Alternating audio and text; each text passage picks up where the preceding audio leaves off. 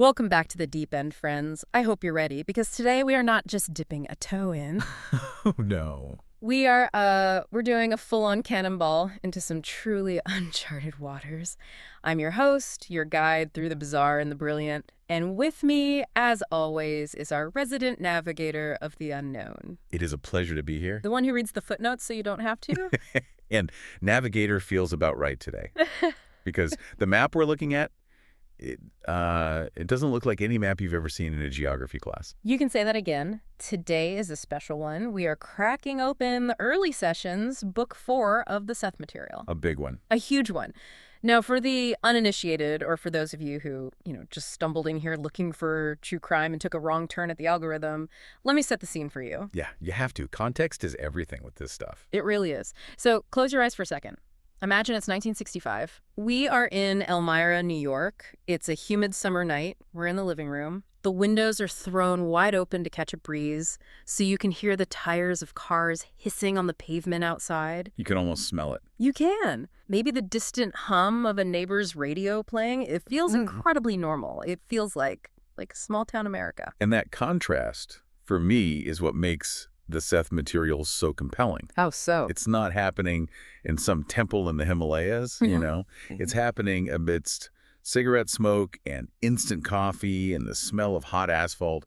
It's grounded. Right, because inside this totally normal living room, a woman named Jane Roberts is sitting in a rocking chair. She's wearing her glasses, or maybe she's taken them off, and she enters a trance state. Right. And when she opens her mouth, the voice that comes out, well, it is definitely not hers. Not even close. It's a personality calling itself Seth. Yeah. And today Seth isn't just chatting. He's about to shout down the house. Yeah, this is a pivotal moment in the whole saga. We're looking specifically at book 4.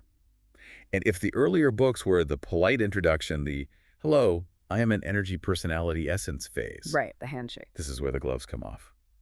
This volume is defined by, I think, 3 massive themes: action, tension, and tests. It really feels like the training wheels are gone. They are long gone.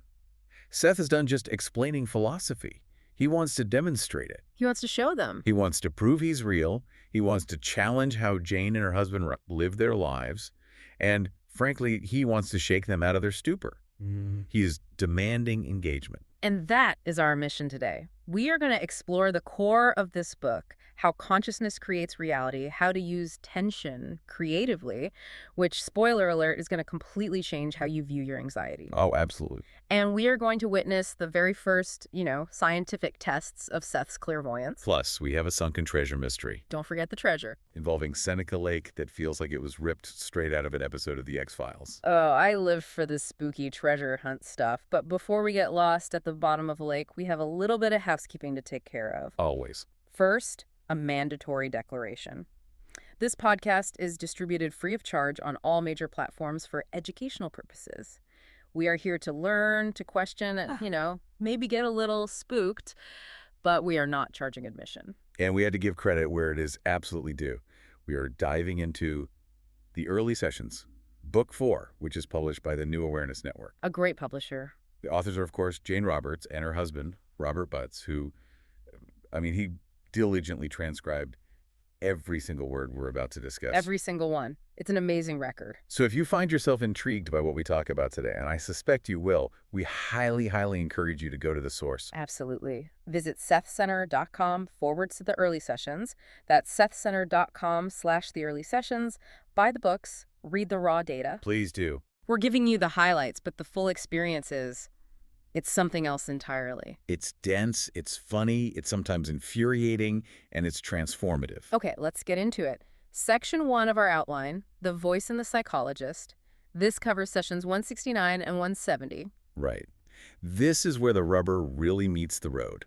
Up until this point, most of the people sitting in on these sessions were friends. They were on board. They were sympathetic, they were believers, more or less. But here, Jane and Ruburt meet a man named Dr. Instream. Dr. Instream. It sounds like a character from a Wes Anderson movie. It totally does. The Life Aquatic with Dr. Instream. I can see it. But Dr. Instream is very real, and he's a psychologist. He's an academic, interested in hypnosis, a man of science. He meets Jane and Rob at a symposium, and he's curious. But it's a clinical curiosity. Exactly. He wants to observe the specimen. He wants to see the phenomenon of the medium. I can just picture it. He's got the clipboard, the skepticism, the, slightly detached academic demeanor. He thinks he's the one in control of the experiment. Precisely. He views Jane as a subject to be analyzed. So they agree to hold a session in his office. That's session 169. On his turf. On his turf. Now, usually in these scenarios, the scientist asks the questions and analyzes the medium's responses. But Seth does not play by those rules. At all. Seth comes through and immediately turns the tables. He starts psychoanalyzing the doctor. That is such a power move. You think you're studying me. No, I'm studying you. It just completely disrupts the power dynamic. Seth starts breaking down the doctor's personality structure, his hesitations, his whole worldview. He dissects the doctor's own subconscious motivations. It must have been so disarming. Oh, completely.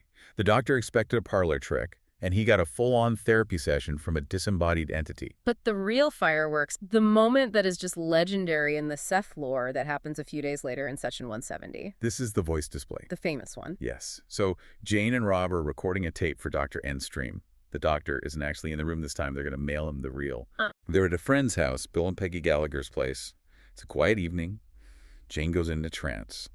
And Seth apparently decides that the good doctor needs a demonstration of energy. So set the scene for us. What happens? What does it sound like? You have to imagine the audio dynamics here.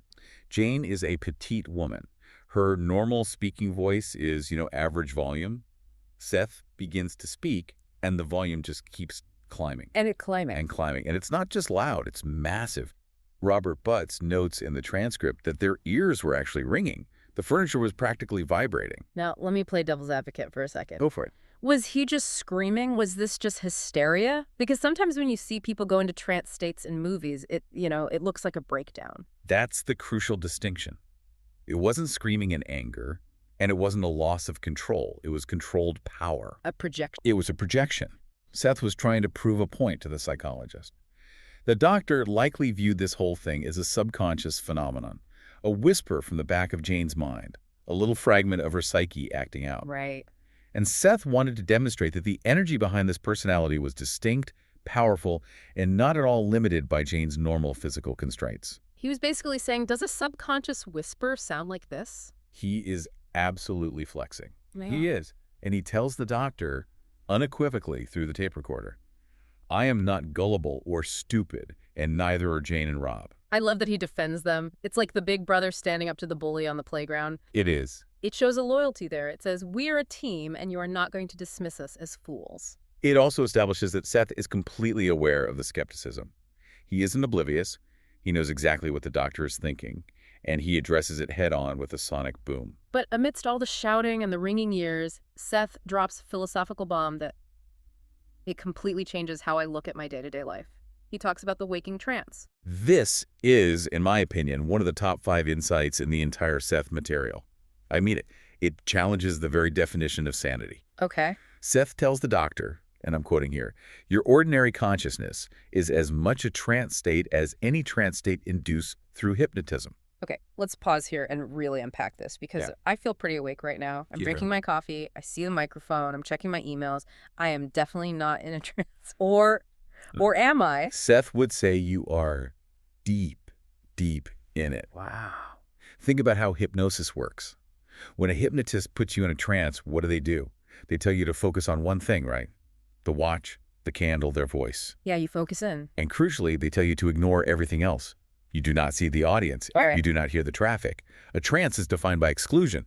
You focus on one reality so hard that all the others just disappear. Okay, I follow that. A narrow focus creates the trance. So Seth argues that what we call waking life is just a trance where we are hyper-focused on physical matter. We have all agreed to focus on tables, chairs, time, space, gravity.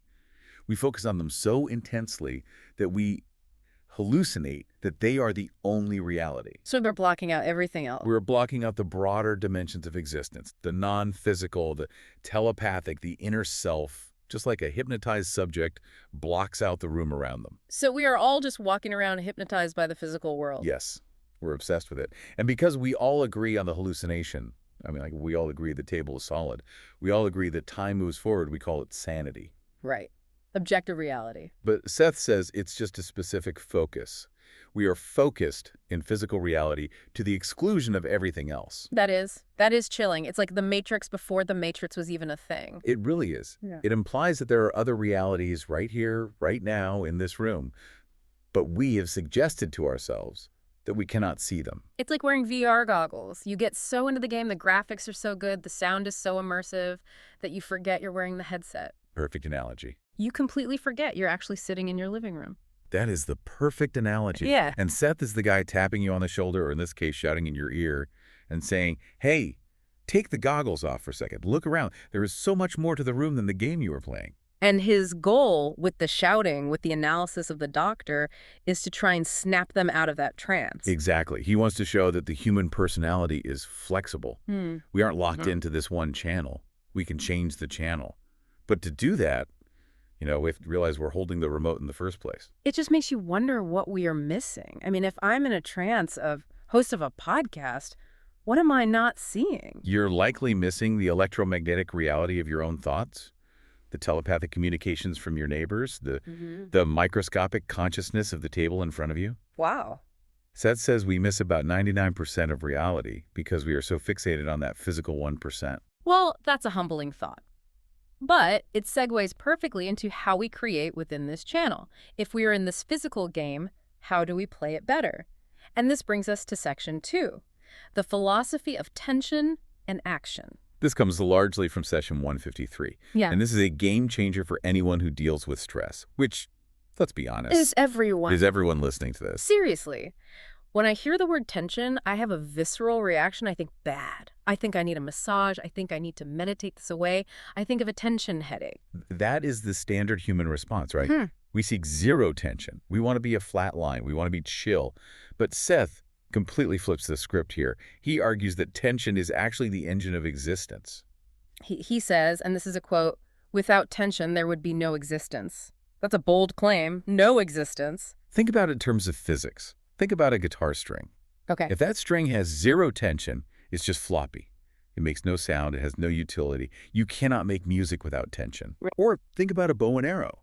If you don't pull the string back, creating immense tension, the arrow goes absolutely nowhere. So tension is potential. Seth defines tension as action's inherent impulse to know itself. It's the buildup of potential energy before the action. So tension isn't the enemy. Tension is the fuel. Exactly. It is the battery charging up. He uses this beautiful analogy of the wave. Can we walk through that? Because that really helped me visualize it. It's a great one. He says to imagine tension as a wave rising in the ocean. Now, in our lives, when we feel that rise, that tightening in our chest, that nerves feeling before a presentation or a big project, we panic. Totally. We think something is wrong. I need to suppress this. I need to calm down. We try to flatten the wave. We take a pill, or we distract ourselves, or we go doom scroll on our phones. Right. We try to abort the energy buildup. But Seth says, no, ride the crest. The creation, the art, the solution, the breakthrough. It doesn't happen during the tension, but it is the result of the tension. He has that quote, "The creation is therefore the relaxed fulfillment of attention." Let that sink in. The relaxed fulfillment of attention. So the creative act doesn't happen when you're all stressed out. It happens when the wave breaks. In the release. It happens in the release. Yeah. But, and this is the key, you cannot have the breaking of the wave if you didn't have the buildup first. That actually explains so much about the creative process. You know when you're agonizing over a problem at work. You're stressed out, you're pacing, you can't figure it out, you feel like your head is going to explode. That's the tension building. Yes. That is the energy gathering. And then you finally give up, you go for a walk, or you take a shower, or you just drive home, you relax, and boom, the idea hits you. The solution just appears out of nowhere. Exactly. The agonizing wasn't a waste of time. That was the tension gathering, the necessary energy. The shower was the relaxation that allowed for the fulfillment. If you didn't have the agony, the shower would just be a shower. You need both. You need the inhale and the exhale. You can't just exhale. So we shouldn't fear the nerves. We should see them as the battery charging. Precisely. It's creative fuel. Seth wants us to stop labeling that feeling as anxiety and start labeling it as power loading. Power loading, I like that.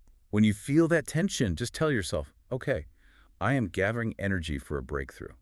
Power loading feels a lot better than panic attack, I'll tell you that. It's a fine line sometimes, isn't it? But it's about direction. If you fight the tension, it becomes stress. If you ride the tension, it becomes creation.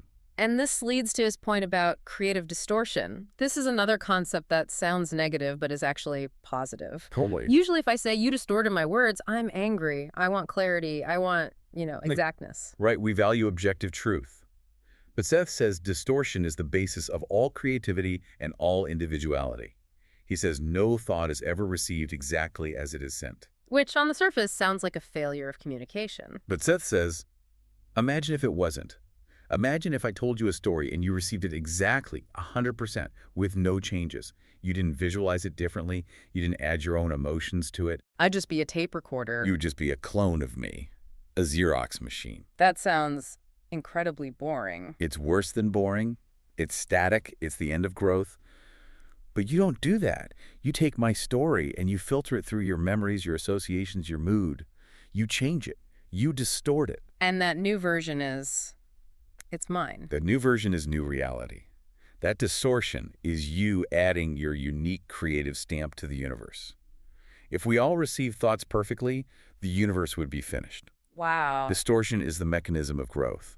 It is how the universe expands and becomes more of itself. That gives us permission to be imperfect, doesn't it? Because our imperfection, our distortion, is actually our contribution. It is the only way you can contribute. You're a unique filter. Your job is to distort the energy into something new. I love that. It takes the pressure off getting it right and puts the focus on making it yours. Exactly. Okay, so we've got the philosophy of tension, we've got the shouting voice. Now let's get to the detective work. This is where the book turns into a bit of a procedural. Section 3, the envelope tests. This is where Robert Butts steps into the role of the skeptical scientist. He believes in Seth, obviously. He's transcribing the sessions night after night. But he's a meticulous guy. He needs data. He wants proof. He wants to verify that Seth isn't just, reading Jane's mind or picking up on visual cues from her. So, starting around session 180, he begins a series of tests. The setup is so simple. Rod slips an object into a sealed envelope, often a double envelope even. He doesn't tell Jane what it is, and he just hands it to her while she's in a trance. And the vibe here is important. It doesn't feel like a cold lab experiment where if they fail, it's all over. Right, it's not high stakes. It feels like a game between friends. Seth is very indulgent about it. He calls Rob Joseph, that's his entity name, and basically says, okay, I'll do this to humor you. He's almost playful. So let's look at test 1 from session 180. Rob hides a photograph. Specifically, it's a black and white photo of Jane sitting on some rocks at York Beach, Maine. Okay, black and white. And Seth holds the sealed envelope. What does he say? He says, orange, yellow, something sunny. 2 people.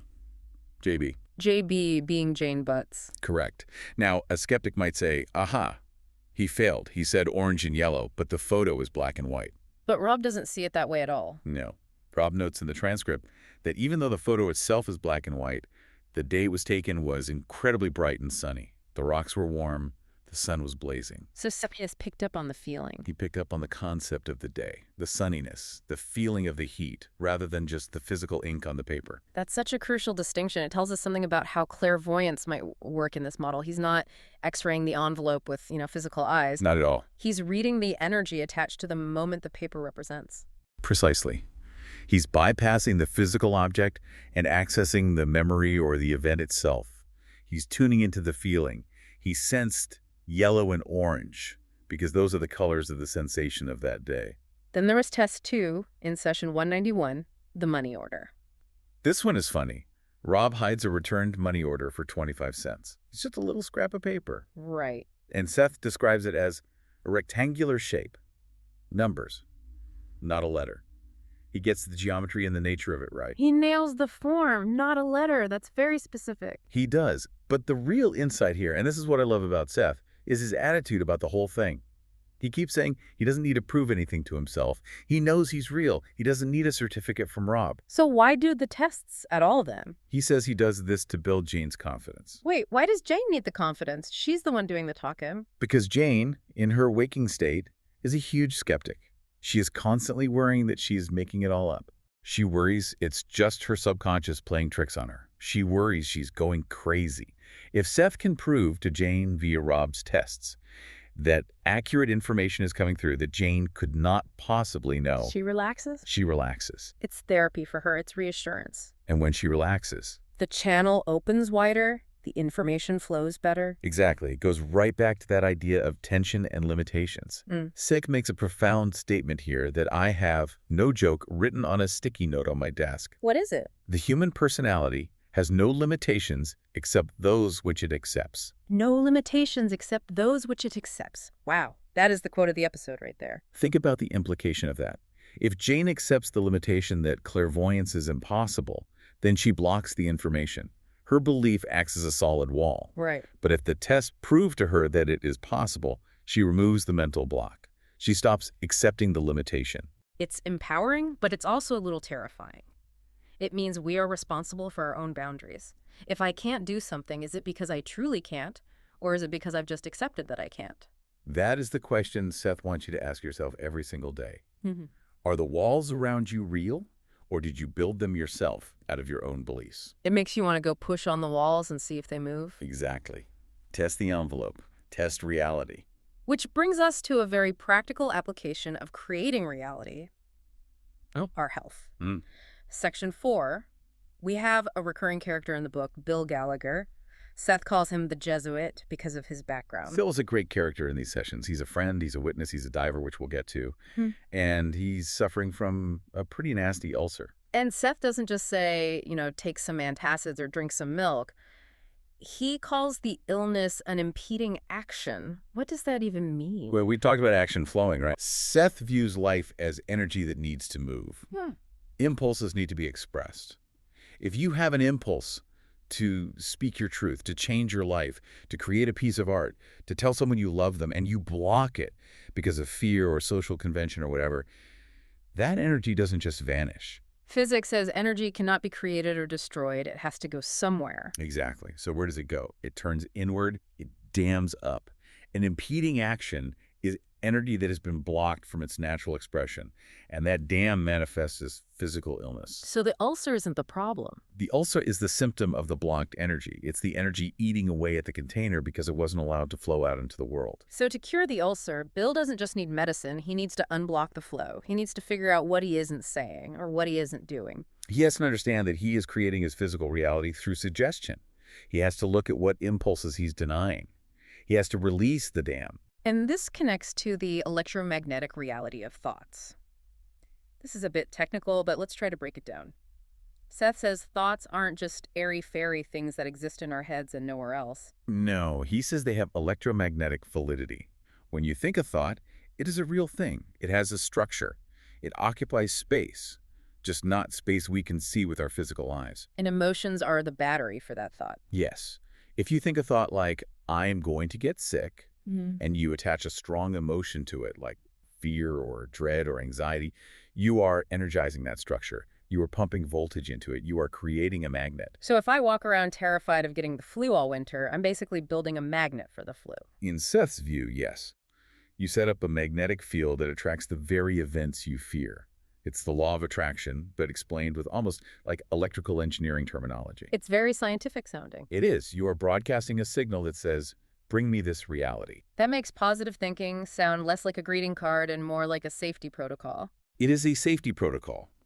If you really understand that your mental state is the blueprint for your physical state, you become very, very careful about what blueprints you are drawing. Yeah, you would. You stop suggesting illness to yourself. You stop fueling the magnets of disaster. It's a huge responsibility. It means we can't really blame bad luck entirely. It removes the concept of victimhood in a cosmic sense, which is a hard pill to swallow for a lot of people, but it's also the ultimate liberation.